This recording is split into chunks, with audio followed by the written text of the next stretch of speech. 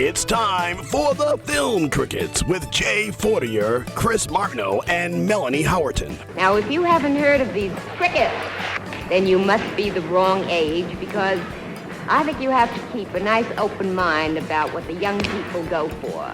Otherwise, the youngsters will feel that you understand them. Now, if we're ready, we have the crickets.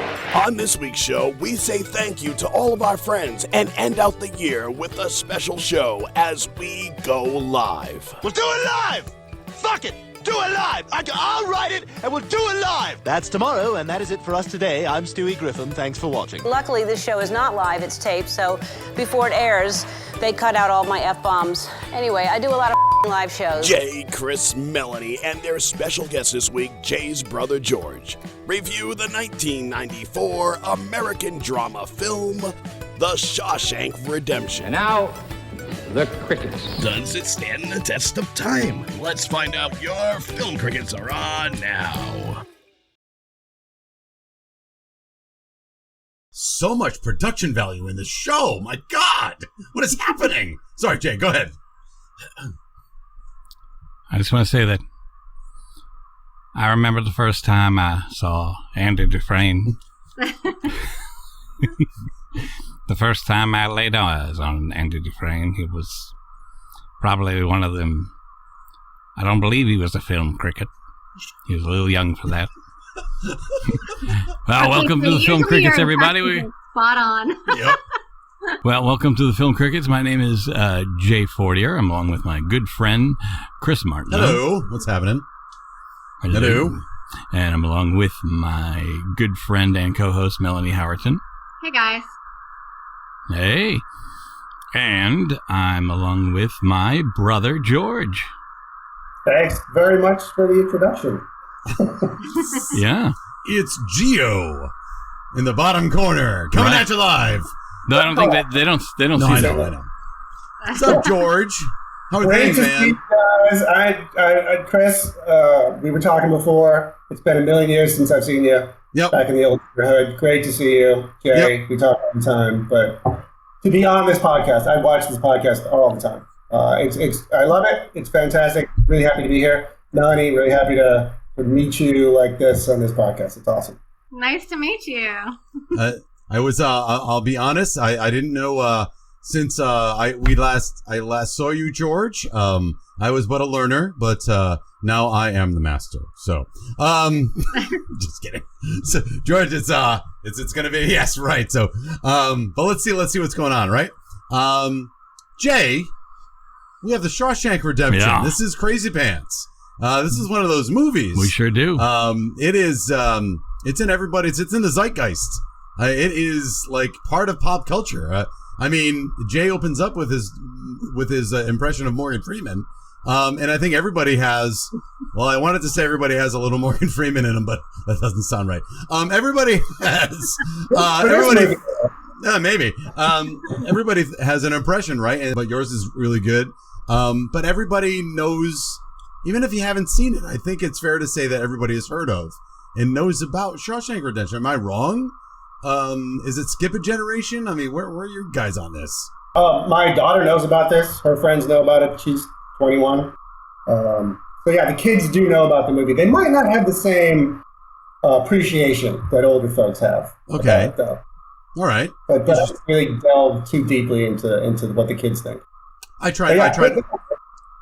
There's not a lot of TikTok videos that involve the old Shawshank Redemption, so like do the prison dance. My kids know about it too. Okay. But I haven't been able to force them to watch it yet, but I will. Really? Why? But eventually I'll force them to watch it, because it's I feel like everyone needs to watch it, but they know about it too, and people at their school know about it. So right, it's just kind of I think it's in the culture for whatever reason. Mm-hmm. So that's why we want to kind of break it down. It does fit into our thing, right? It's 94.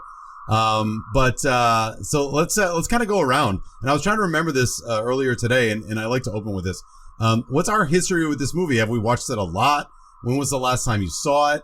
When was the first time you saw it? Was it in the theater? And again, remember, and this is as we kind of lay down our opinions on this film, it's not about whether we liked it. We're going to talk about whether we liked it, but whether it holds up, right? So kind of priming that pump a little bit. But let's kind of go around here. Jay, I'm going to go to you. Last time you saw the movie, what's your history? Did you watch it a lot? Did you see it in the theater? Like, tell me about it. Probably about like a couple of years ago I saw it. And then earlier, well, the first time I ever saw it was probably when it came out on video. But when it came to the theater, I had no idea what it was. I heard somebody mentioning it. I'm like, what the heck is that? It has a weird title, which really can throw you. Like, you know what I mean? Like, you're like, what? You went to see a what? And then it's like, so like it didn't really land. Like, I was like, well, I don't know. Yeah, sure. I guess, one day I'll see it. Yeah. Yep. And then you see trailers and you're like, oh, that does look good. So, yeah, no, so like I really loved it. It was I think it was my mom and I, we were watching it together, and we were just like bonding. Well, no, I know it's harsh, but she was really cool. Like, I mean, there was one day I came home, totally separate story, but like, just to give you an idea how cool she is. She one day like would grab, like, sometimes she wants to clean house, so she grabs a tape out of my cassettes. This is how old I am, 50 years old. She grabs a tape out of my drawer and starts playing it. I walk in, and it's the Metallica's Garage Days thing, and I'm like, whoa! I'm like, yeah, you might want to listen to something else, because there's a song on there called "The Last Caress." That's not going to go over well had she gotten to that. I'm just going to say that. Scared the hell out of me. So I was like, I'd like to be able to listen to this band again. Anyways, so she's that cool. Like, she was always like, at least checking out stuff or watching good movies. So we watched it together, and we were just enthralled. So. All right. So you had it was a moment. It was a moment on video. Let's go around. I'm gonna go Melanie. Melanie, what's your history with this here movie? I don't remember the first time I saw it, but I've seen it so many times that I didn't need to really watch it for this. Although I did, I just finished watching it. Okay. But I every single time it's on TV, which seems to be quite often, it's just one of those movies that you just stop and you have to watch it. Yep. So yeah, it doesn't matter where you pick it up, it's kind of there, and you can watch it from any point. All right, George. Yeah, so I was a late adopter to this movie for sure. I remember seeing the trailer, and I didn't care for it. I didn't look like a movie that I was going to like, to be honest. All right. The last time I saw it was Saturday to prep for this. The previous time, the only other time I've seen it was at the end of 2021. Okay. So I literally have managed to avoid the movie for... Was this a COVID watch? So wait a minute. You locked yourself in your place, and it was a COVID watch. Oh my God! Streaming. I've seen a lot of stuff. I should really give this a try. Okay. It might have been something Jason said. All right. I like in the movie. Yeah. I'm here all by myself. I just got some Uber Eats. Maybe, I don't know, prison film. Let's go for it. All right. So, my history with this is I think I'm in the same boat as Jay. I remember it coming out in the theater. I had no impetus to watch something. I didn't know what it meant. What's a Shawshank and why should it be redeemed? And again, it just seemed a little too adult at the time. So this is 94. I'm like, I did my 1 year of college and came back in my kind of like lost years. Not sure what I was going to do. So I'm sure that's kind of skipped over. And then I'm sure I saw it on, I think I bought it on one of those. Remember those things you used to get like with the CDs and the videos? You buy 12 now for a penny. Yeah, remember that? That's oh BMG. My God, they just screw you. Right? Was it BMG? Screw you on those. Like, oh, you only got to buy three DVDs in the next 1 year, and each DVD was like $35. So they absolutely made that. Or they'd send you stuff that you don't 100%. Want. But then you're like, oh, you know what? I have to return that or else I'm going to buy it. Oh, I have to return that or else I'm going to buy it. Right. Damn it. Shit. I bought it. Like, it's like too late. So I think, like, no offense to Sting, but I didn't want Sting's, mid, 90s solo album. I wasn't in the mood to listen to him. Right. So I was like, whatever. But my point being, it's a dust collector. You know what I mean? For me. So, I'm with you. My cousin used to compete with that all the time. She used to order like every CD that you could ever think of, and then then she'd put them in her cat's names and things. Nice. To get more. Wow, that's fraud. She had like, I mean, billions of, like, her CD collection is insane, and she got them all doing it that way. Well, you know what? They're made in sweatshops for 1 penny, so whatever. So I know I got it then, and then I think I left it at my old house when I got remarried. And I went to go watch it because my wife now had never seen it. And I'm like, I remember being good because I watched it on cable, and I know I watched it when I bought it from BMG. And I thought it was really good. I didn't have it, so I bought it again. And then we went to go, they re-released it in AMC. So went to go see it in the theater finally. And it's quite an experience when you see it on the big screen, much like Jaws. I'd never seen Jaws on the big screen until I got to see it re-released, and it was amazing. Kind of the same thing in a dark theater with a bunch of people. So that's my history with it, and now we got to see where everybody else falls on this. So we're gonna do the 1 sentence breakdown to get into this movie. So wait a minute, George, you saw it in 2021. You had no. I just want to make sure I have this right. You had no reasoning to watch it in '94. You didn't watch it at all till 2021. Yeah. All right. There was a lot of good stuff that came out in '94. I don't know if you remember. Like, I think Pulp Fiction came out in '94. Sure. There were lots of movies I was paying attention to. And again, the trailer, I'm hoping not to throw too many stink bombs on a movie that is below. No, whatever. But, like, I'm all sappy, right? Just, him in the rain and all that. And I thought, well, I'll get to that. And I never did. All right. Well, certainly, like, standing in the rain is a trope. John Cusack has made a lifestyle in standing in the rain in big moments, right? So he's done that a lot. But all right. So when you saw it in 21, you still thought it was sappy? I had some trouble following it because I was distracted by some of the writing for the most part. Okay, all right. That's what I want to hear. Some plot holes and legalistic holes and science holes and a few things like that. Okay. But mostly, I really pay attention to the words, right? All right. I like to write. That's me. Mm-hmm. That's my thing. So if the dialogue interrupts the flow of the movie for me, then it doesn't go so well. That's what I want to. And I stopped yelling at the movie, which is what I was doing all by myself in the middle of the pandemic, yelling at Shawshank. That's what I do to science movies. I'm like, what the fuck are they doing? They have this all wrong. All right. So, cool. All right. So that's what I want to know. That's what I want to dig into. Right. So we're going to go the 1 sentence breakdown, Jay. Is that cool or? All right, here we go. Mm-hmm. So at this point in the show, what I like to do is, we watch these grand movies. Some of them are grand, some of them are not so grand. This is for the Facebook people that may or not have seen us before. We like to go into IMDb and say how IMDb tries to encapsulate an entire movie in 1 sentence. And so we did that for Shawshank Redemption. So I'm heading over to the IMDb's, as it were, over by the Facebooks and the My Faces. Shawshank Redemption, 1994. Ooh, it's a little too long. 2 hours and 22 minutes. Yeah, it's a little, I'll give you that. It's a little long. Two imprisoned men bond over a number of years, finding solace and eventual redemption through acts of common decency. I don't think that tells the whole story. That's just me. This is directed by Frank Darabont, who I'm going to get into later. Written by Stephen King and Frank Darabont, who did the screenplay. Sorry about that. Actors are Tim Robbins as Andy Dufresne. Morgan Freeman plays the voice of God and also Red Redding. We got Bob Gunton, who's fantastic. William Sadler, Clancy Brown, Mr. Krabs himself is in this movie. We got Mark Rolston, James Whitmore is fantastic. Jeffrey DeMunn, and Larry Brandenburg, and a host of others. So not a lot of people I don't think I'm missing, but also a lot of people that Frank Darabont goes to for a lot of his films. Boy, guys, does that 1 sentence actually sum it up or no? No. George?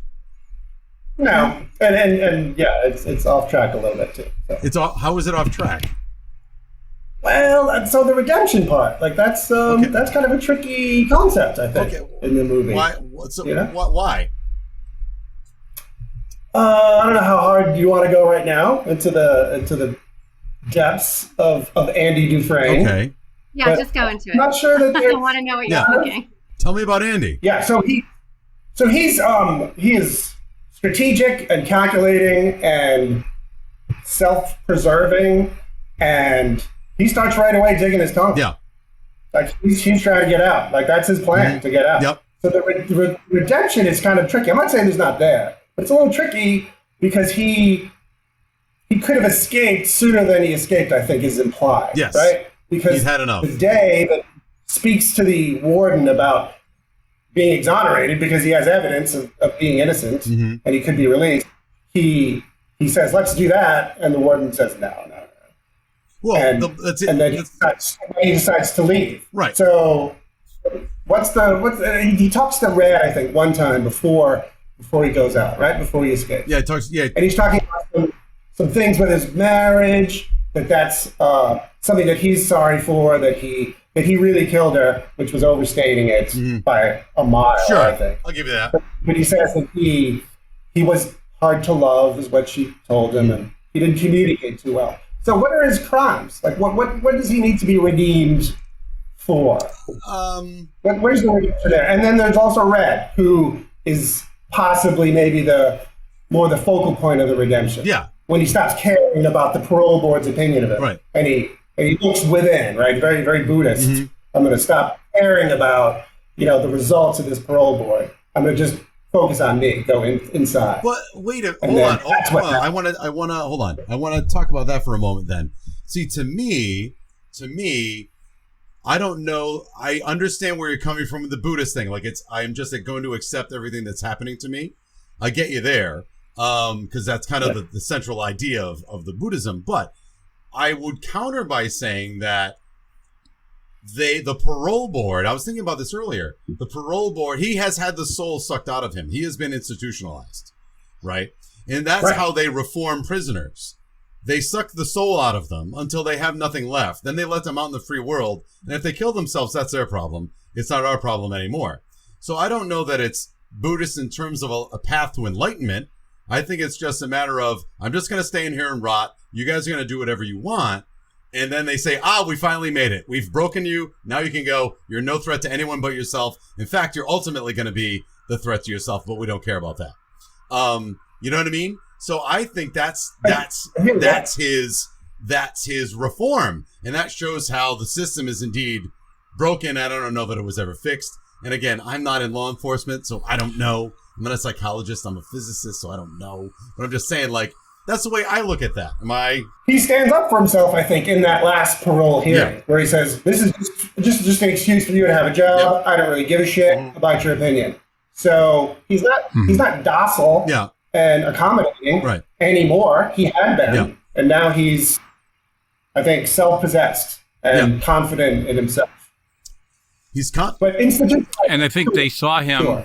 They looked at him and said, okay, this guy's full of crap. Meaning every time he's saying that's not me. Back then, I'm a good person now, and they were like, so every time he said it, they were like, okay, no, there's nothing going on with that. How many the 30 people that we've seen this month have said the same thing. And and then you could take it back and go to when they're all playing baseball together or playing catch. And they're like, hey, Andy, you're innocent. Sure. Hey, what happened to you? Lawyer fucked me. Right. See, we're all innocent here, man. So on a lesser level, he had the same opinion of his fellow prisoners. Then they're not innocent, or whatever. You know what I mean? I will agree. I'll go on George's side a tad to say that when Red says I'm the only guilty man in Shawshank, that's a little bit piled on, because he has to be it's almost like holier than thou by saying he's less holy than everybody else. You know what I mean? And that's a little bit piling on a tad. And it says I'm wiser than everybody, so on and so forth, which is really kind of a shame. George. So, but he has looked the other in the nice gang, right? The nice gang. Right? There's the nice gang, then there's the sodomy gang, right? So they're very different. They are truly the little rascals. Okay, sorry. Wait a minute, I don't remember sodomy and the little rascals. Totally the rascals. but they look up to him. Everyone looks up to Red. They listen to him. They defer to him. So he does have some wisdom and some self-awareness that I think is lacking in almost everybody else. Right. Including especially the warden. Right. Who is just not able to look at himself at all. Mm-hmm. And he has no redemption at all either. No. The thing is with when you were talking about, like, you know, how at the end when he finally, you know, when they stamped that he's released, at that point he had just given up. He already saw what happened to Brooks and how Brooks actually finally got out, and he doesn't have anybody. Everybody he knows is gone. He doesn't know how to survive anymore. I actually wrote down a couple lines, and if once I find them, I'll read them. But as to what Morgan Freeman said, like, you know, when they put you in here for life, that's basically what they take, the good part of your life. At that point, when he goes in there, it's not only just he doesn't care what they think anymore. He doesn't care if he stays in there anymore.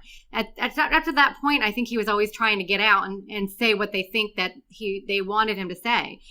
At that very end, after everything that happens to Brooks and then what's his face escaping and everything, he just doesn't give a crap anymore. He doesn't care if he stays in there for the rest of his life, because he just thinks that they're going to stamp that he's not going to get out anyway. So he's just expecting them just to stamp that on the thing.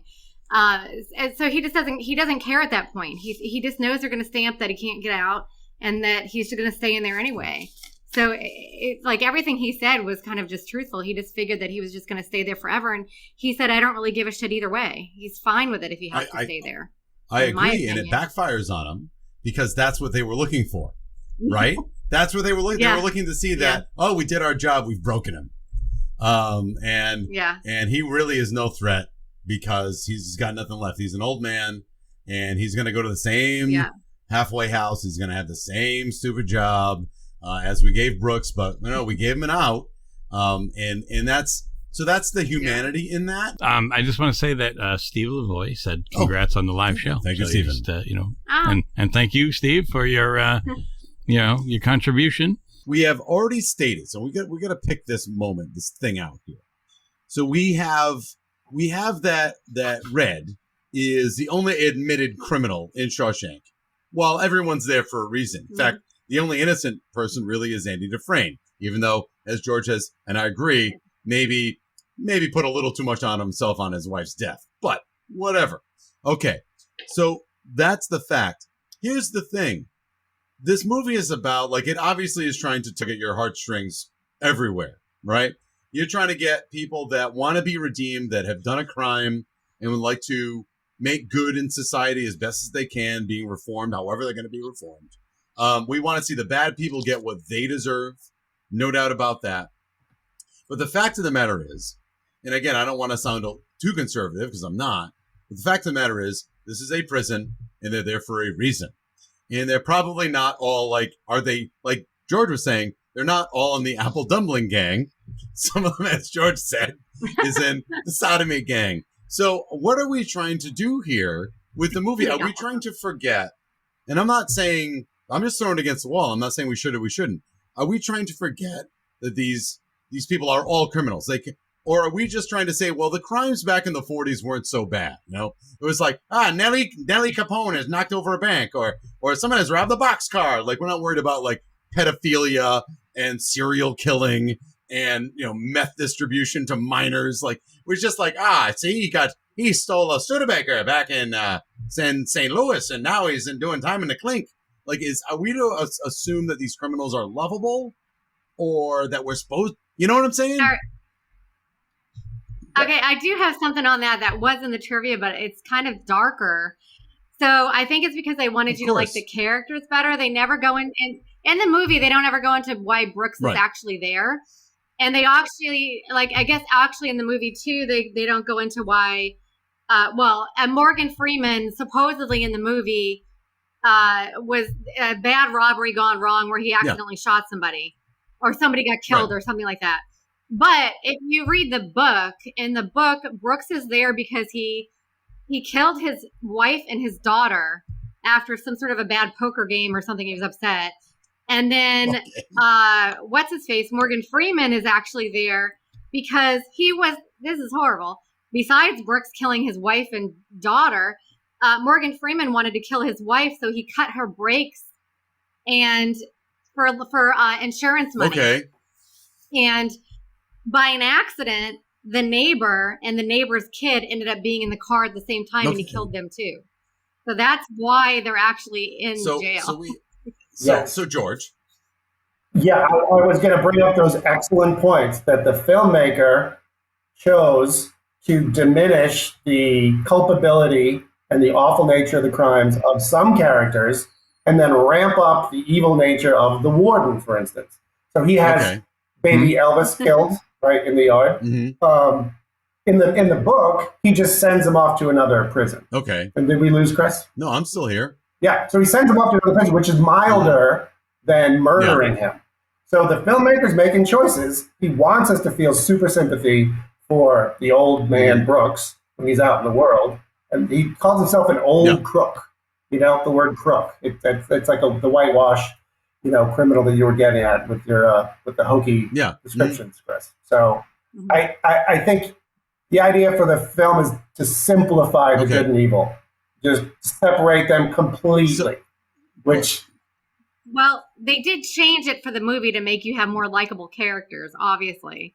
So they changed. So apparently, even that's what they did in the book isn't really what happened in the movie. Do you know what I mean? Yeah, I think it was a choice. Yeah, choice by the filmmakers to make it simple to see what is good, what is evil. And there's one point where the warden is actually saying to Tommy, sometimes it's hard to figure out what's the right thing to do. Coming from him, that sounds like an evil premise. Yeah. But I think nuance is really important and difficult decisions. And he doesn't have to make any difficult decisions in prison.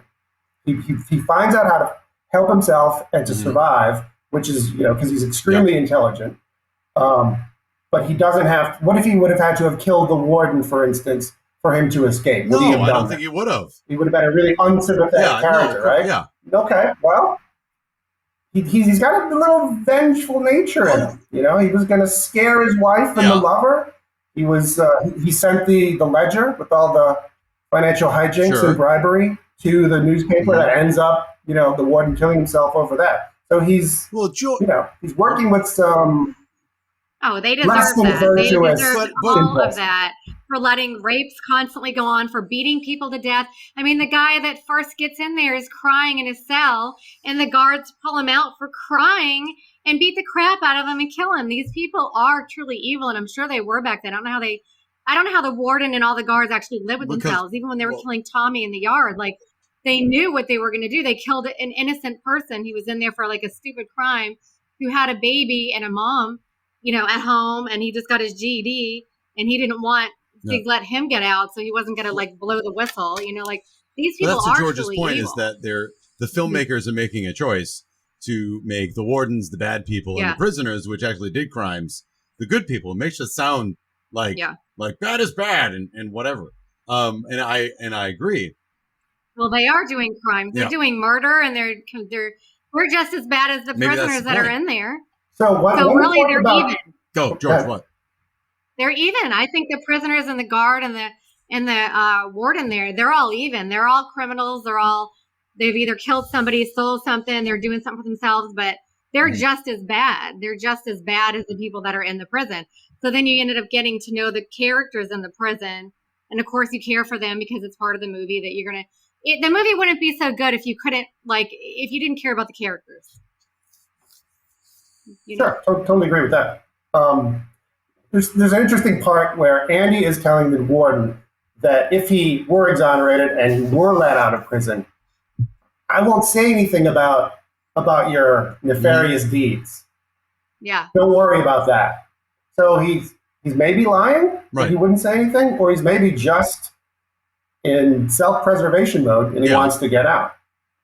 So were the crimes really that bad to Andy? Is he just, his moral compass is relative to the situation that he's in? He's just very pragmatic. He's trying to George, survive. I understand where you're coming from with that, it's a very, very good point. But I think we're trying to say is that Andy Dufresne is human and isn't always doing the right thing. I was watching the other day. I watch It's a Wonderful Life every year because it's fantastic. But George Bailey is really not a nice guy sometimes. Like, he yells at his kids a lot, and he blames his He blames, someone's going to prison. It's not going to be me. And he's always saying like, he always chooses to not leave Bedford Falls and then complains when he can't get out of Bedford Falls because he's human, right? So Andy Dufresne, well, I agree with, he seems kind of like he's in self-preservation, but is also a questionable human being. Well, you know what I mean? He didn't kill his wife, but he will do what he needs to do to survive. I mean, if you think about it by that rationale, I don't know that he directly went. Granted, the people that were sodomizing him every day were beaten to death or crippled by Mr. Krabs. I'm going to call him Mr. Krabs from now on. By the Kurgan from the Highlander. Yes, Captain Krabs. Yep. So aren't we looking at it really is a microscope of humanity all inside of a prison wall? Like it's its own universe. It's like anything with, yeah, you know what I mean? Like it's anything with Stephen King. Like what he writes works for that. It works for Derry. It works for the one little town and nowhere else. And when you get a bunch of characters, most of the time with Stephen King, let's talk about Stephen King. He doesn't even explain, and this is not a paranormal movie. I know, George, but the fact of the matter is what Stephen King does is he'll put a lot of people who are well-defined in a situation. He'll plop them in and say, go. How are you going to react with each other? And that's kind of what's happening in Shawshank. Within the walls of the prison, you have all these people that are all different. They all have similar and different motivations. What happens when you mash them all together? And that's what we get out of the movie, whether or not it's, again, heavy-handed, little corny at times, all that sort of thing. So I don't know. I'm just throwing shit against the wall. Does that make sense or no? Who do you think is a well-balanced, deep, three-dimensional character? Andy, Red, Gordon? Those three for sure. Absolutely. Yeah. Anybody else? Mm-hmm. They don't need to be. Yeah, Red. He said Red. Yeah, definitely Red. Yeah, definitely. He's awesome. We don't, but everybody else is kind of like a supporting cast of characters. They're ancillary, like the redneck guy that likes Hank Williams. Yep. And Captain Krabs. I feel like they're the audience more than really taking an active role in the dynamics of the prison. Sure, but I think they are informing us. Those characters are informing us who we should be rooting for.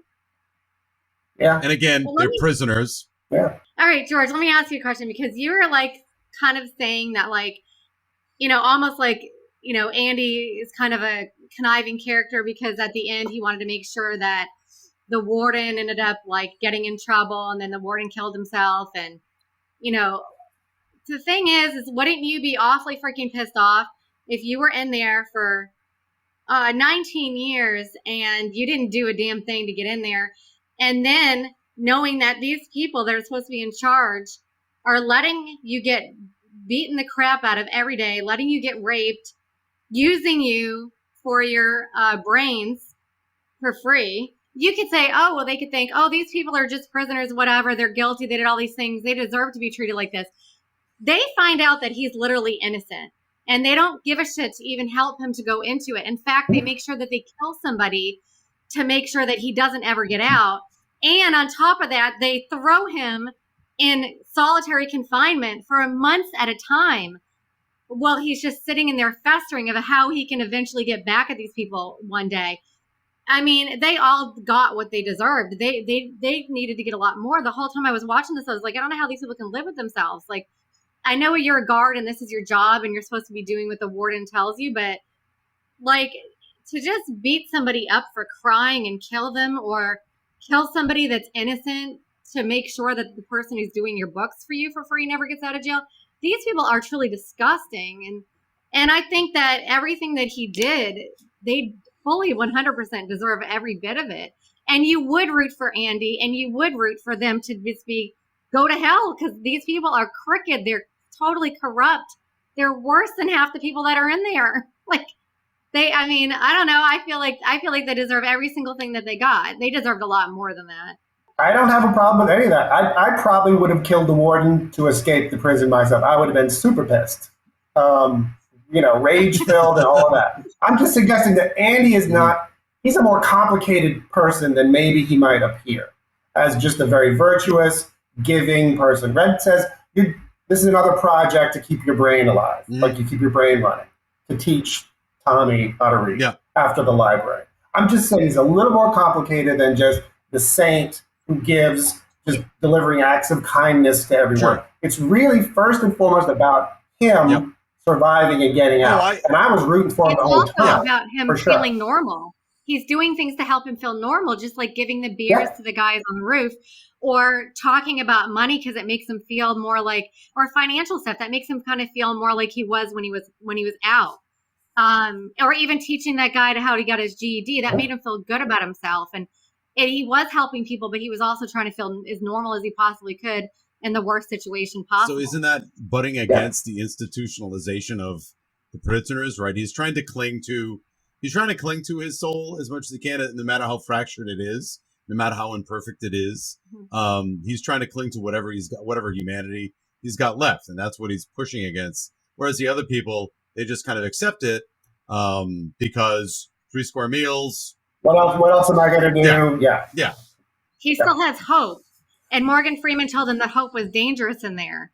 But that's all. He needs the hope to survive. If he doesn't have any hope, then he's obviously going to want to kill himself. So he's hanging on to a thread of hope. I'm going to say that part where he says, and we'll get to La Nota de Figaro in a little bit, because I love that scene, even though it's a little over the top, but I just like it. I'll just fully admit that. But the fact of the matter is, I will say that if somebody put me in solitary, and he makes a choice, he gets in solitary the first time for playing the records over the loudspeaker and giving everyone hope. Again, indication too that Captain Krabs, Clancy Brown, doesn't really care about Andy. He really just likes to beat people. And the reason that he's not beating people is because the warden is telling him not to beat this particular person. But if the warden says beat him, he will beat him. And he's into it, which again goes to that kind of he's less than human situation. But I will say it's a little over saintly to say you came out of solitary and all I needed was an aria from the Marriage of Figaro to keep me company. I think that's asking a lot, right? I mean, most people would have lost their minds a little more. He comes out of it, goes into the cafeteria. He looks a little dirtier, but he's got like a smile on his face. I don't know. I don't know. We all did COVID. Went a little batshit crazy a little bit, being stuck in the same place. And that's with lights and internet. You know what I mean? So I don't know. Right. No, but I think he was already of the mindset. First off, I mean, he's the one that chose. I mean, everyone at home, watching at home, going, what the hell is he doing? Yep. Why is he locking him in there? No, like you just got something you wanted. You got that delivery. You got those books. You got the albums. Yeah. What are you doing? Don't. Yeah. Right. So I think he was already in a frame of mind that was going to just allow him to be there. Meaning like he was defiant at that point. So I think in his own brain, you could sit there. Let's say you're in that frame of mind. You could sit there and like, even if you know 3/4 of every song, you could just sit there and sing them to yourself all day. Like, and it's like, this is what I'm going to do today. Mm-hmm. Even though this is not what I would do normally, this is what's going to get me to the next day and the day after until they let me out. Like I mean, because chances are you're not going to be in there forever. Yeah. Right. So like the point is that he's going to be there and whatever, like, and play that in it because that is it's like meditation. Sure. You know? Yeah. So I'm just saying like that's the way I kind of looked at it. Like, it's like, he's already saying, I mean, because we're all going, no, don't go in there. Like that it's like a horror movie. You know what I mean? Like, don't go in the basement. It's there's ghosts down there. You know, I think it speaks to, and I don't know if it's in the book, and I know that Darabont makes the choice to film the scene, but I think we can relate to it because it's almost like that thing you always wanted to say to your boss. And then it's like, you're about to get fired anyway. So you tell him like, you look bad, Mr. Warter. You look like a bag of shit stuffed in a sheep suit. And these lights, how can you sit under these lights? That sort of thing. The coffee, it stinks. That sort of stuff. Like, I think he's getting us to try to identify with all of that, even though, again, we can all say, like, we've established he has this patience and this tenacity to get to a task and keep going at it and going at it until he's done, and he has the patience. But I don't know how much, again, to George's point, he's not that Buddhist. Know what I mean? Boy, that's not red. That's red that's Buddhist. But still, the fact of the matter is, like, no one's that in touch with themselves to not go a little crazy. You know what I mean? It's asking a lot. So that act is a special act, though. So I also love that scene for this reason. Mm-hmm. I think he's been manipulative and calculating and strategic, again, in a self-preserving way, the whole movie, right? Everything he does has a reason. He wants to be valuable, so he gets privileges, and he wants to escape. And he's also digging the whole time. And Tim Robbins does a great job with this. He takes the record out, and he's like, oh, I love this. But clearly he's connected to it, and he's putting it on the record player. But then he gets this idea that just pops up. It's not calculated. It's not part of his strategy. Okay. It's not planned out. He feels the impulse to then turn on the PA system and play it for everybody else. Yep.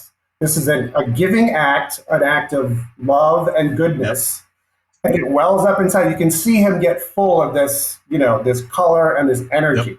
So that's a surprise that maybe also surprised him. Okay. Because he's always been cold and icy and described as cold-blooded and, distant and aloof, even though he's really cultured and really smart. This moment, to me, is when he's really connected to those other guys. Okay. And he's willing to get thrown in solitary. And maybe that kind of love or whatever it was that welled up in him, that got him through the 2 weeks or whatever. So, he also reaches over for the volume. You don't know if he's going to turn off the record. Like, we're not sure what he's going to decide to do when he's getting yelled at through the window of the door. But he turns up the volume, which was kind of a lovely scene. I could really go the rest of my life without hearing another human being say "pinch a loaf." Oh God! Oh no! I'm like, I hated that he said that. I mean, he seemed like a pleasant dude when he, like, right before he said that. It's like, really? He's gonna pinch a loaf for you in an Archie comic. Don't forget. Jughead. Right on Jughead. Yeah. Yep. It was Jughead. I like that. I will. So wait a minute. So at that moment when he says he has hope and he does something that's selfless, you can't argue with the fact, like, everyone else there is selfish, right? Everyone in prison is selfish. Totally. Like, it's all about self-preservation. So he has that moment of I've never thought of that. That's a really good point, of grace to do something kind to everybody. So then does that inform his character when he teaches the guy to read, or is that just him keeping sane? You know what I mean? I think he's breaking out of his calculating mode. Okay. Like I really just have to concentrate on this strategy. Okay. And he breaks out of that and he connects with other human beings in a way he maybe had not yet. Because he deceives everybody, including Red, including all those other guys, about what he's doing. He doesn't tell anyone he's digging. Yep. He doesn't invite anyone along to escape. Right? True. But this one act, really seemed very selfless and virtuous. Okay. And that's why he had this peaceful smile on his face the whole time.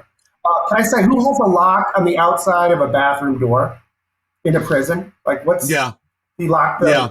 But I didn't like that little logical flaw. I'll give you that. But... whatever. But even just when he gave everyone the beer on the roof, he had that same smile on his face, and he didn't even want a beer for himself. I guess I'd say the beer was more calculating, though. I think he had a smile. It's a smile on his face because he knows he's setting the cogwheels in motion to get himself not in somebody's good graces to make this stay at least a little bit better, which I don't blame him for. He has the brains to be able to manipulate people that are not as smart as him to get what he wants so he can be a little more comfortable. I do the same thing, man.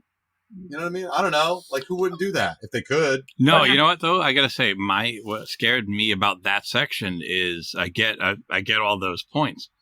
When I was freaking out about watching him do that, it's like Mr. Krabs and the warden. Yeah. No, but like they were at least loosening up a little on him. Like, you know what I mean? Like, because he was doing well, like in their eyes. And I'm more of I live by the stay the fuck off their radar. Mm-hmm. Meaning, like, I'm talking about in my own like work. Like when it comes to my bosses, I say the only time I want them uttering my name is when they either need my help or because they got to say something good about me. I want to stay the fuck off of their radar. So what I'm saying is, it was such an upsetting time. I get all those points and what he was doing for the other people. However, it's like your ultimate goal. You've been digging a hole in the wall. Your ultimate goal is to get out of here. So I would say the less they think anything bad about you, the better. Like, you know what I mean? Obviously, it all, if anybody hasn't seen it yet, it works out. Yes, it does. I dare say. So spoiler alert, it works out. But what I'm saying is, but like, you don't know that when you're watching it if you haven't read anything, so all I'm saying is like, that's what I'm talking about. Like with that whole section, it's like, man, like, dude, stay off of their radar. They were starting to like treat you better, so like, that's the only thing about me with that. Yeah. He is brave. He almost got thrown off the roof for nearly insulting Mr. Krabs' wife. He went about it a really weird way. Do you trust your wife? Literally, throw him off. Kill him. Well, right there. That quick. I loved the expression on everyone else's face. I wrote that down. When he walks over, first he starts looking at them, and Morgan Freeman's like, Andy, what are you doing? Stop. Don't look over there. Hands on the mop. And then so he's looking at him, and he just goes up, and everyone's like, like, what is he doing? But he becomes the stuff of legend later on. You know what I mean? Remember that time? And after Andy escapes. So guys, have you ever been to Home Depot and looked at the rock hammers? They're big. They're real big. They're brick hammers. They're about, if you go to a geologist and break rocks. So now granted, he got a hobbyist hammer from Red, and he thought it was kind of a joke. They're only about this. They're about that big, and they're big. And here's the thing. Yes. And again, I will say it's romantic. Bible size. It's after he's out, you can say here's the thing. After he's escaped, you can say anything you want about how he got out. You can make anything up you want because he's out. You could have said aliens came in. You could have said he got out of the laundry truck. You could have said whatever, but the fact is you can actually back calculate that it was successful. Now we can say whatever we want. However, with a little rock hammer and a poster in 19 years, getting through that much concrete, and no one hearing anything, when does he do the digging? Well, okay. When does it? No. When does he do the digging? No. He does it at night, you guys. Right. When everyone's asleep. Sleeping. He's not getting any sleep. That's why as the movie progresses, the circles under his eyes get darker because he's not sleeping. The other thing, too, is when I thought the same thing as far as how long would that take, because that stuff is probably super hard, but he realized immediately when he went to go scratch his name into the wall, he had already asked for that rock hammer. Yeah. So I don't think he was planning on that. And I thought, okay, from the moment he gets in there, he said, Morgan Freeman, and I read, he walks right up to him. He said he's been in there for a month before he decided to talk to him. So a month. And he asked for that hammer. I was like, okay, he's already thinking immediately, let's get out of here. But honestly, he really wasn't, because I think he did want it for crafty type purposes to keep him busy, because as soon as he takes that little hammer, he goes to just scratch his name into the wall. He doesn't look like he's already going to try to pick his way out of there. Mm-hmm. He already had the hammer, and he goes to scratch his name in there, and a huge chunk falls off, and he's like, what the hell? And he's looking at it, and it's just crumbling in his hands, and he's realizing how soft it is. There's a flashback of that later on towards the end. So when he first actually does order that hammer, he doesn't have in mind to try to break out of there. Mm-hmm. You think he does, but if you go back and you watch that part at the end, he does not.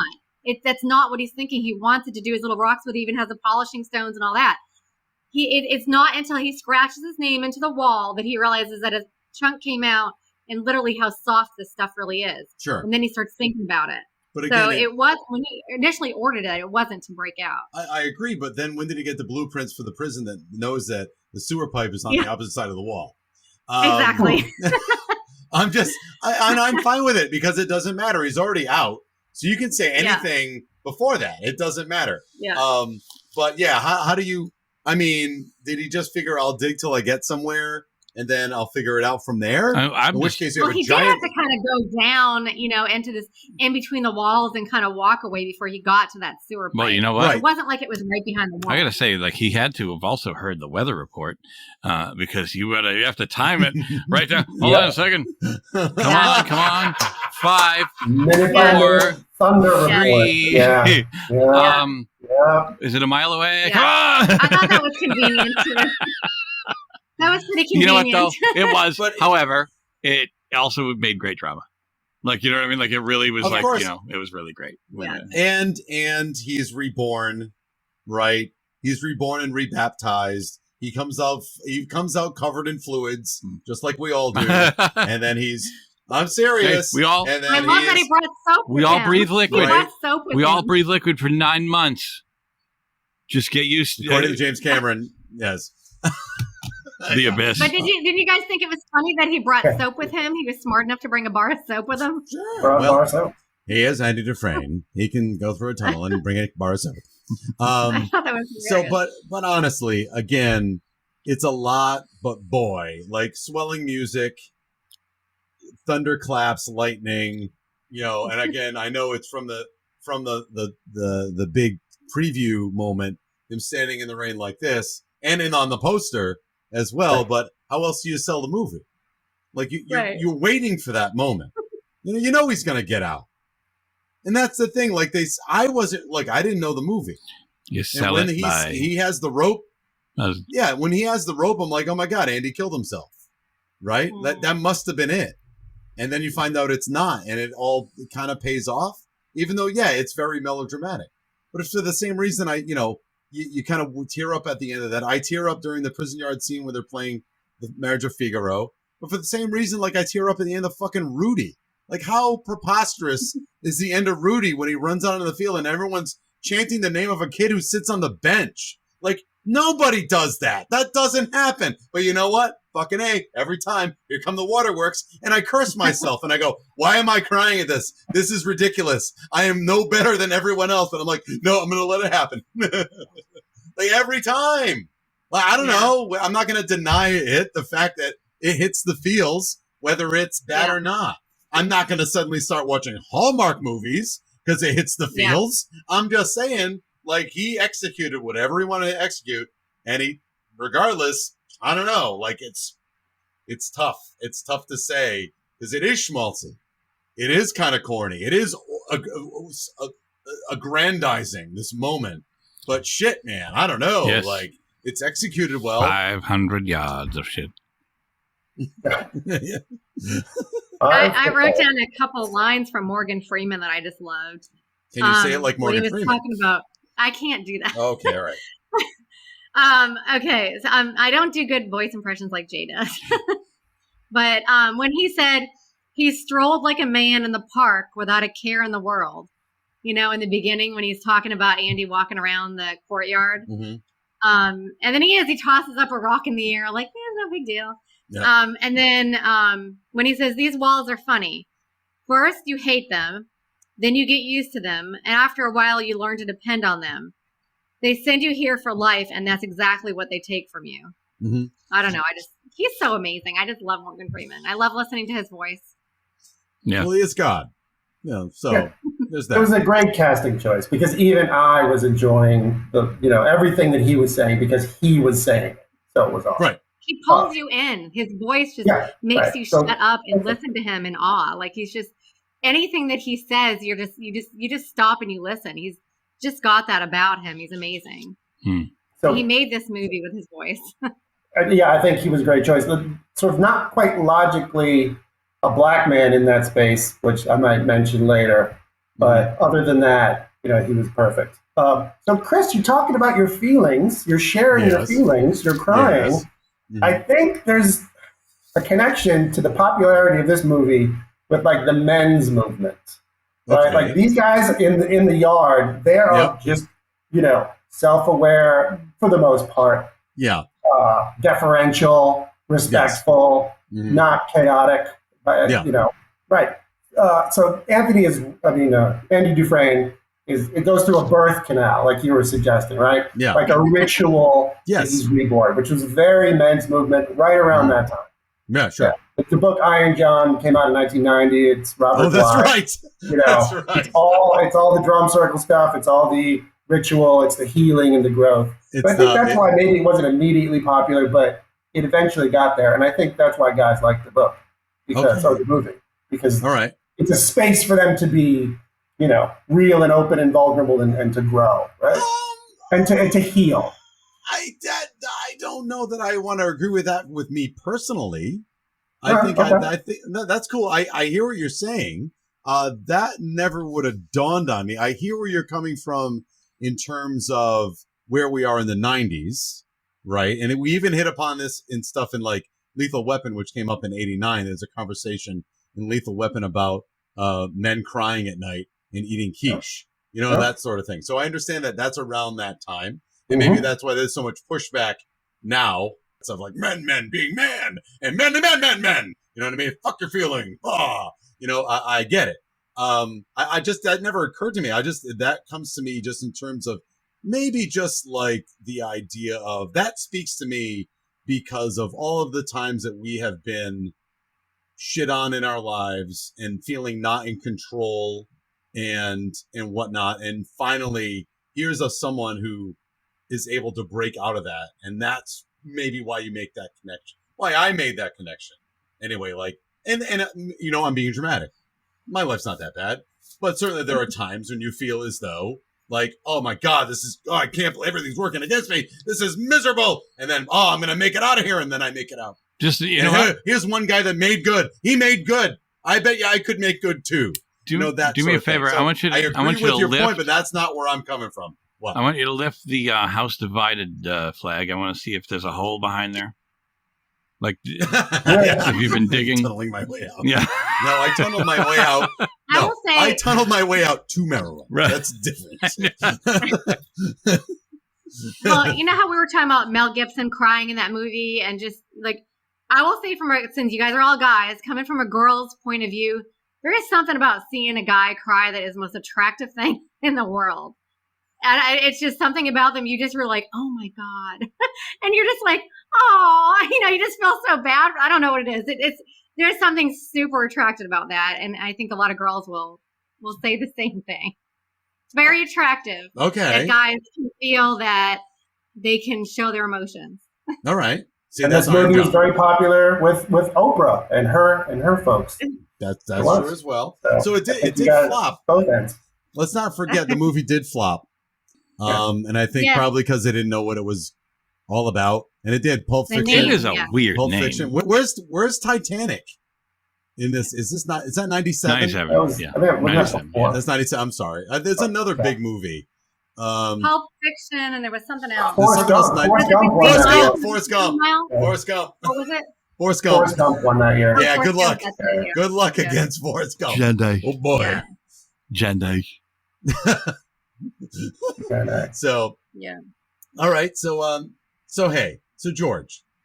So we talked about a lot of stuff, and I want to get everybody's take on this because I kind of get your vibe, and I'm digging it because now I'm seeing some things here. So what about the end then? Is that bad? Is it the fact that they end up on a beach with the sunset and a bromance? No, it's a love story. Okay, all right. This is men loving men in lots of ways. In more ways than one. All right. Yeah. All over. So, you know, they didn't, like Frank Darabont, what's his name? Frank Darabont, yeah. Yeah, so he didn't want to have the scene where they're on the beach. He just wanted to have Red on the bus, and you know where he's going, right? And end it there. But focus groups loved the helicopter scene, good God, the expense of that scene. Yeah. So they put it in, right? Okay. I don't think you needed to have that scene. No.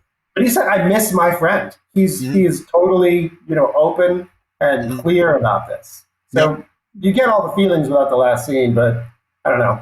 Why skimp on another really emotionally obvious scene, right? It would have been good with the bus just going away. You needed that. I think you needed that. I have that down too because there was some deleted scenes, but you needed that. I think it's more satisfying, especially since the movie is so damn long. You want a good ending, you don't say. What's another scene? Right. Yeah, exactly. I think for that, I think it's like I said, you've seen him go through hell. You've seen a lot of things that went wrong. Mm-hmm. It's good enough. Yes, it's great that he made it out, but you weren't sure what Red was going to do. At first, like when he goes and signs, and so is Red. Like on the same beam that Brooks hanged himself. Yeah. And you can hear him narrate. And I think personally, it would have felt a little like, oh, you kind of left us there a little, at the end, if they didn't give you that, because I just think they've taken so much from you throughout most of this film that I think they need to give back. I think I would be happy with. I think I'd be happy with just the bus going down the highway. Like he got to the lunchbox and he looked around and he got to break the final crime. By the way, not a big crime. Was anybody going to give a shit? Was anybody else like when I first watched it? I was like, yeah. Well, like my eyes were bugged, right? Like watching Tim Robbins go to this tree if you ever make it out, and like he's giving him all these directions, and I'm like, what's in the box? What's in the box? No, like I was so into it. Like please tell me he makes it out and goes to this box. It's Gwyneth Paltrow's head. Yes. Did anybody else find it awfully convenient and magical that he just finds him Morgan on Freeman. Ocean, and then there's on the coast somewhere. He just happens to just find this person just fixing a boat on the ocean, like in the middle of nowhere. But did he mention? You can just find this one person. Did he mention the town? San Watanabe. Barely. He mentions the town. Right, that's it. A town. At least he didn't say Mexico. Morgan Freeman is walking on. That's the sequel. That's the sequel. He's just Red walking in Mexico. on the beach. Shows up. How fucking long is this Go beach? to the go to the southern hemisphere. I will be there. I just don't understand how he decided to walk down to the beach to begin with. Why he just decided that I'm just going to start walking along the coastline. Right. Like, there he is. Right. I'd say that's a choice. It's a bromance choice. He's he's in the barefoot. Oh, but you know what he's though? Starting his life the over best was at that scene when you heard "At last." No, I'm just kidding. Yeah. My love. Well, you said bromance. Beyond the sea. Yeah, I know. Yeah. Somewhere beyond the sea. So you want to do the TMI? It's time for TMI with Melanie. Listen to this. I am in the bathroom right before the movie starts. And I'm in the stall, and there's no toilet paper. And mine are at home in a display case above my bed. TMI, my friends. It's just TMI? Too much information. Don't go there, but that's lame. Now, here's Melanie with your timeless movie info. Now Melanie gets to bring you some information, and she did not have to crawl through 500 yards. I did have to crawl through 500 things of paper. Yeah, well. So let me see. Paper's very valuable. Okay, so this time of year. All right. The $25 million budget, it ended up finally making $73.3 million in total box office because of all the DVDs and VHSs or whatever they were. Yep. The film score was composed by Thomas Noonan. This was Morgan's first time narrating a movie. So it kind of jump-started a whole different element of his career. It says usually the narration would be recorded before filming and then played on the set to dictate the rhythm of each scene. But they had a problem with it. There was like a hissing sound or something. Well, that's a first. Yeah, right? Sorry. What did she make? Ice cream. I bought an ice cream maker. Oh, yeah. It's very good. Yeah. Sorry, go ahead. No, it was just one of those like. All right, so it's like, hold on, it's feeding time. I was like, I don't know what. That's good stuff. All right. So anyway, it said it took him 3 weeks to do the narrating, and he had to wait till after the film was done because they tried to do it before, and there was like a hissing scene, on the track, and he had to redo it. Did you guys know that Morgan Freeman's son is actually in this movie? No. So first of all, every time he goes to the board and there's a picture there, when they keep hitting reject, the little stamp. That's actually Morgan Freeman's son. Oh, cool. And then he's actually also in it. He's like shouting at everybody, fresh fish today. He's one of the prisoners like screaming at everybody. Oh, cool. He was also in 7 as the fingerprint technician. And he was in something else too. So he's been in a few cameos of Morgan Freeman movies. But I thought that was kind of cool that was his actual picture. And this is so funny. The Humane Society was monitoring the film and they had a problem with the maggot scene that they were supposed to be feeding Brooks's crow. They demanded that the maggot has died from natural causes. Nice. And then they had to find one to feed the bird. Wow.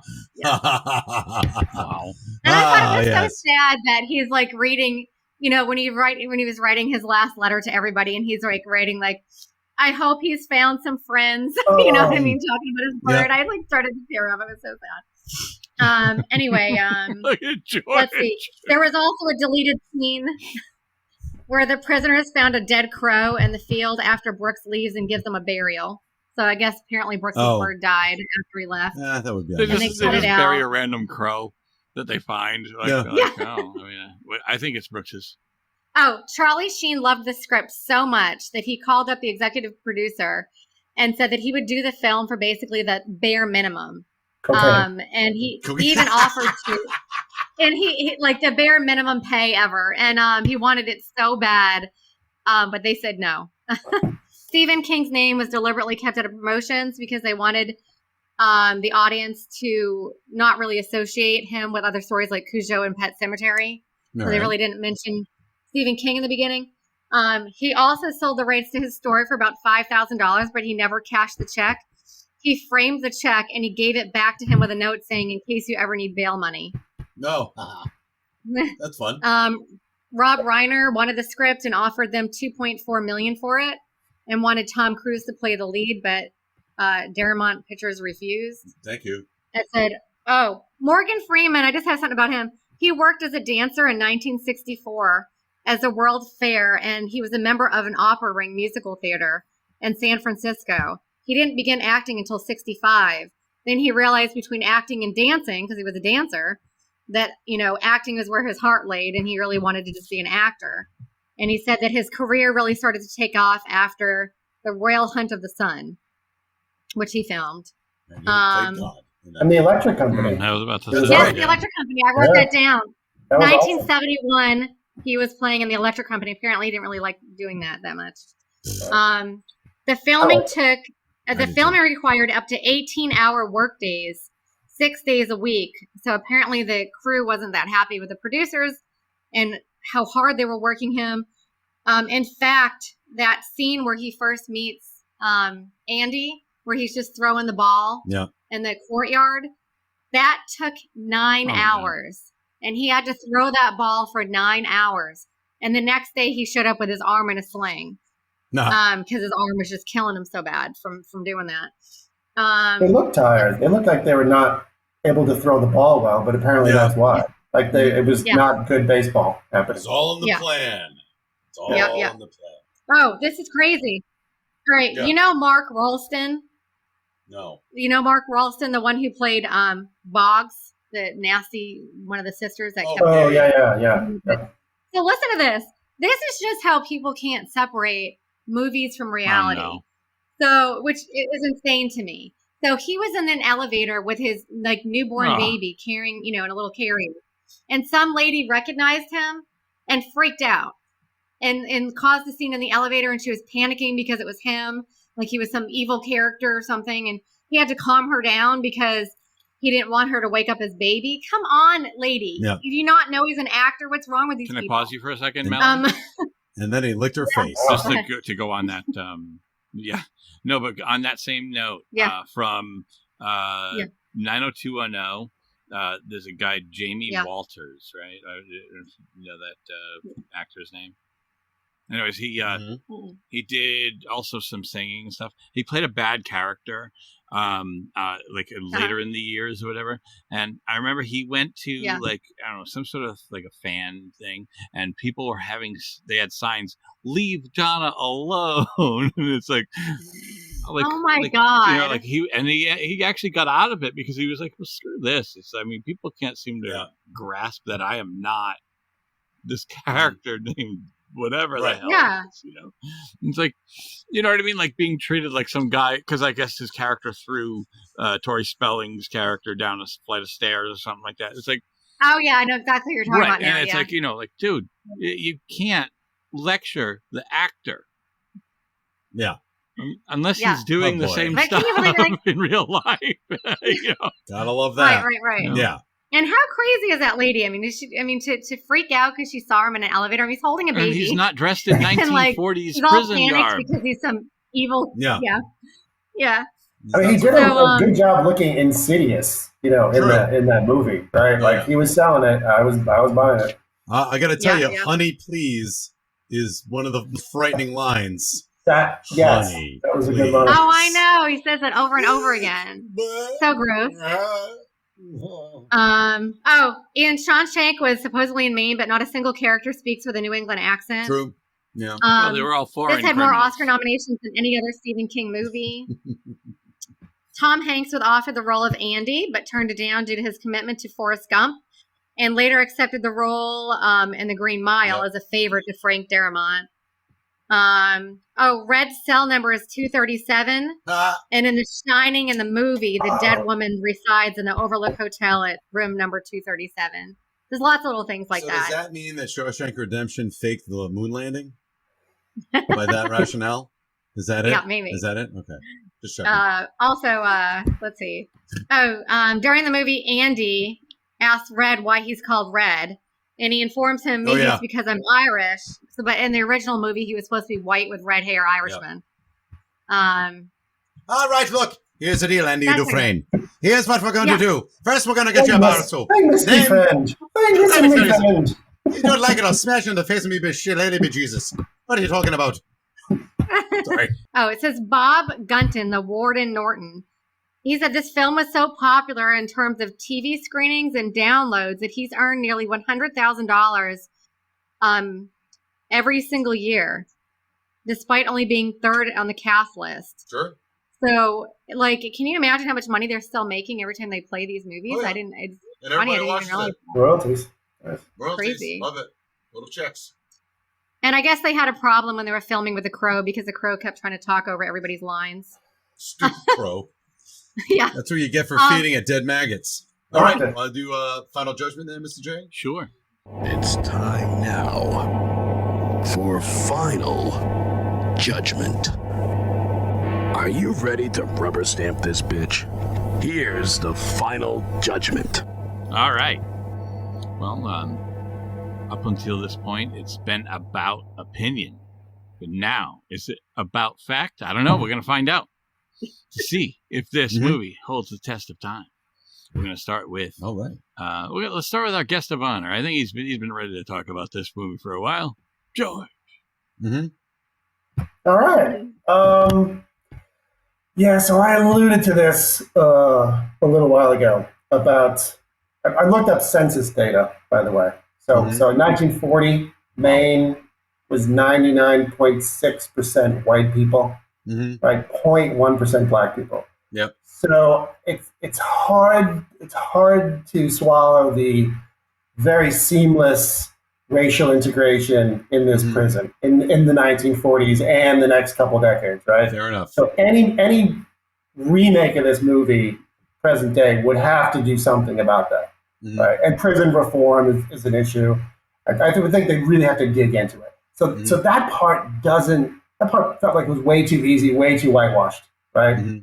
Literally. Yep. Other than that, though, the story is pretty timeless and compelling. So if you could fix the issues with I don't know what we're talking about a lot these days, race relations, I think the movie would hold up. But as it is now, I mean, I don't think you could play a movie like this and then get away with that kind of naive approach. That there's really not a lot of other stuff going on. In prison, race is like amplified, greatly. So yeah, that's my one little insight on the movie. But like I said, the story's like the heart of the story is really absolutely timeless, and it's human, and that's really all you need in a movie. And better writing, I gotta say. Sure. Ramp up that, just tighten that up a little bit, Frank, and then we're good. So yeah, so that's sort of a half-ass answer. Sorry, but not at all. That's my final judgment. Cool. Here at Final Judgment, we have no wrong answers. Yes, except George's. Yeah. No, Jay, you want to go? Sure.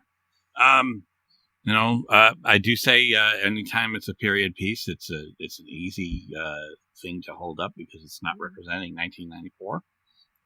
So we're not looking at the weird cars that are in 1994, or you know what I mean, like stuff like tech and stuff like that, or anything that is weird pants and shirts and stuff like that, because that's whatever time that is. But in this case, it's always talking about the past, so it's already making you feel like you're in 1940 something, and then they move on to 1968 or whatever it is, 67 by the time the movie's over.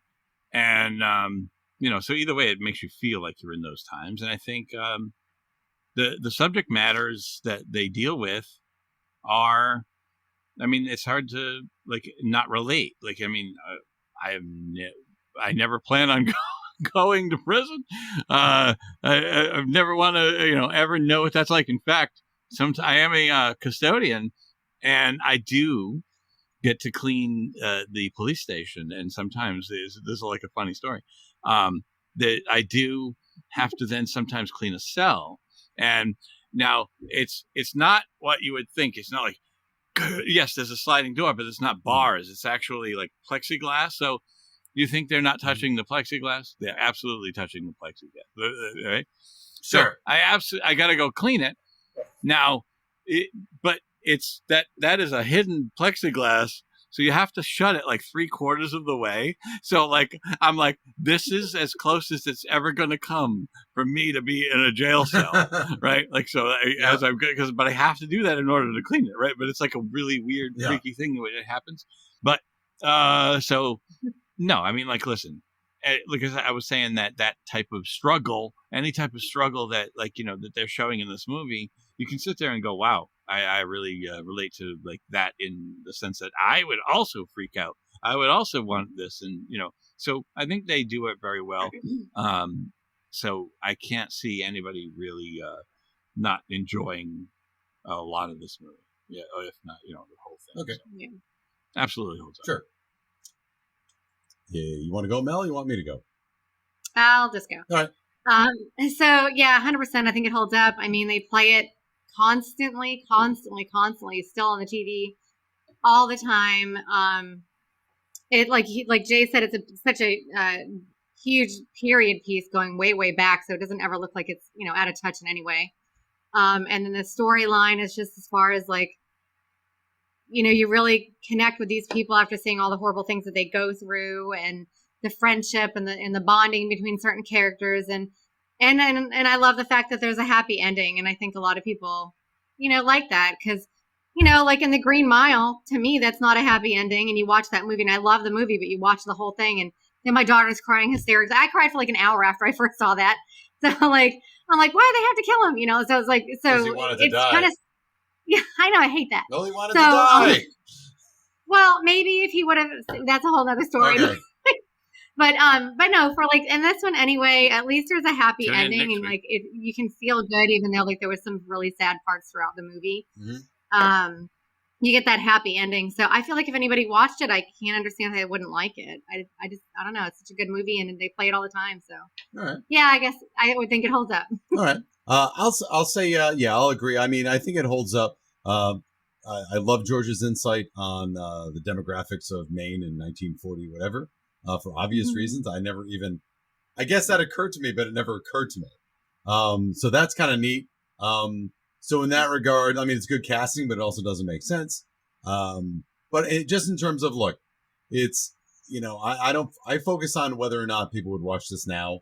And people are still watching it now. And I think in terms of, if you've got good storytelling, you can convince anybody of anything. If it's shot well, you convince anybody of anything. You convince people there are magical space wizards that can that can choke you by not touching you and have magical lightsabers that, go on for 1,000 years. I mean, so it doesn't, if it's a shitty story, no one's going to watch it and no one's going to talk about it. You know what I mean? And, well, it has these things that don't make sense, like tunneling through 10 feet of concrete with small hammer and all the other stuff that doesn't make sense. The fact is, it's crafted in such a way that maybe you're thinking about it, but it doesn't gnaw at you. It's not so egregiously out of control that it bugs you, at least not for me, immediately. So in terms of storytelling, it tells a good story. You don't want to not watch it. And I'd say, yeah, it holds up just for that reason. It's made well. On that same, it can last for a long time. On that same thought, Chris, I want to say that, like, I will sometimes accept stuff just because the movie's so good. Like, I was like, I know, that's okay, I forgive you. Because I like it so much that I'm like, I know it doesn't make sense. I know he shouldn't be able to fly right now. But damn, this is great. The end of Jaws, Steven Spielberg knew that scuba tanks don't blow up. But he's like, I've had the audience for this long, I'm giving them an explosion. And everybody cheers. And that's a great point, that you get the audience by nailing it down early and trying not to make too many mistakes so that you can be forgiven for the few mistakes or lapses in logic that might occur. Right. Yeah, but there's a threshold that I have. Like once you if you go over it, it's over. It's over. I'm the same way. Like I'll suspend the window of disbelief until it gets too heavy, and then it comes crashing down. And you're like, okay, the rest of this is garbage. And just tear it apart. I'm with it. There's a camera that watches George watch a movie, right? And like and the people who are like the studio execs, and they just see him go like this. No. He just shakes his head, and they're like, "Crap! No. All right, we lost him. Damn, we got 90% of the world, but we lost George." Because I'm in the minority. I'm always in the minority. So they're like, we won't get his $12, but who cares? Right. I've said that in the past about Chris. Like it's like, you know what? Everyone loves this, but this fucking guy, Chris, he's the one that we're worried about. Better put the brakes on Top Gun. Chris Martineau doesn't like it. Yeah. Go ahead, Melanie. I found something. I don't remember if I mentioned it or not, so forgive me if I seem like I have dementia, but just in case I didn't mention it, I did want to say this. Yeah, you know how like they say that Andy's kind of escaping from like a river of shit, pretty much.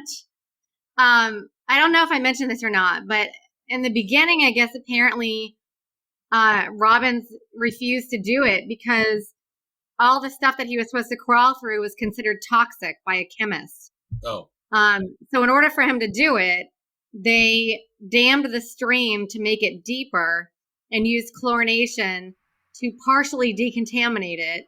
And then to make it a little bit better, they threw in chocolate syrup and sawdust. All right. And apparently, even though this movie was made so long ago, it still smells like chocolate to this day. Nice. Thank you. That's putting your stamp of, I thought that was kind of funny. Movie history. Well, at least it's not Why did they start with toxic water? What? Why did they start with toxic substances? Because apparently because I think it was a prison, wasn't it? At one time, I know they filmed in Ohio. Some stuff that wasn't in prison. So it was old and it had already been almost like condemned. Can't they film the tunnel like in a fake tunnel? Mm-hmm. Like here's a tube. I don't know what they did or how they.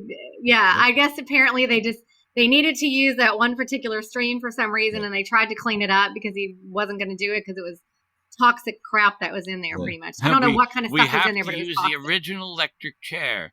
Now I want you to sit there, and now we're not going to come running if you're screaming. So maybe you should use the safe word, banana. Banana, yeah. All right. The safe word is I'm being electrocuted. All right. All right. Or like the girl in Jaws that was said Jaws. She was kept being told. I'm drowning. I'm dying. Like, and she's like, oh wow, she's really nailing it. You're like, good job. Keep going. Keep rolling. We're only on waterboarding her. So, all right, folks. Well, that was our show, and I'd like to thank my brother George. Thank you so much for being here, man. My pleasure. It was fantastic. Super fun. And if you'd like to find him, he lives in St. Louis, Missouri. No, like a lot of people, it's like, yeah, I'm on this. The banks of the Mississippi. I'm refurbishing an old boat. Yeah. No, yes. Right. We just have to walk down to the ocean, and we'll just find you magically just in the arch sitting there. Yes. There's a guy trying to redo a boat under the arch. Maybe we should call the authorities. So we'd also like to thank Steve Lavoie for our introduction and all the voices that he does, and Draco and the Malfoys for our theme music. Please like this video, even though it was a messed up one. We have to piece it together in piecemeal. But you know what? You fail once, you got to keep going. So we'll try it again someday. I promise you that. But like this video, subscribe to our channel, and I am Jay Fortier, and on behalf of Chris Martineau and Melanie Howerton. I don't know what the hell happened there. The tongue just didn't come along. Melanie Howerton, I'd like to thank you for joining us here on the Film Crickets. Until next time, movies may not age like fine wine, but we drink it anyway. Bye.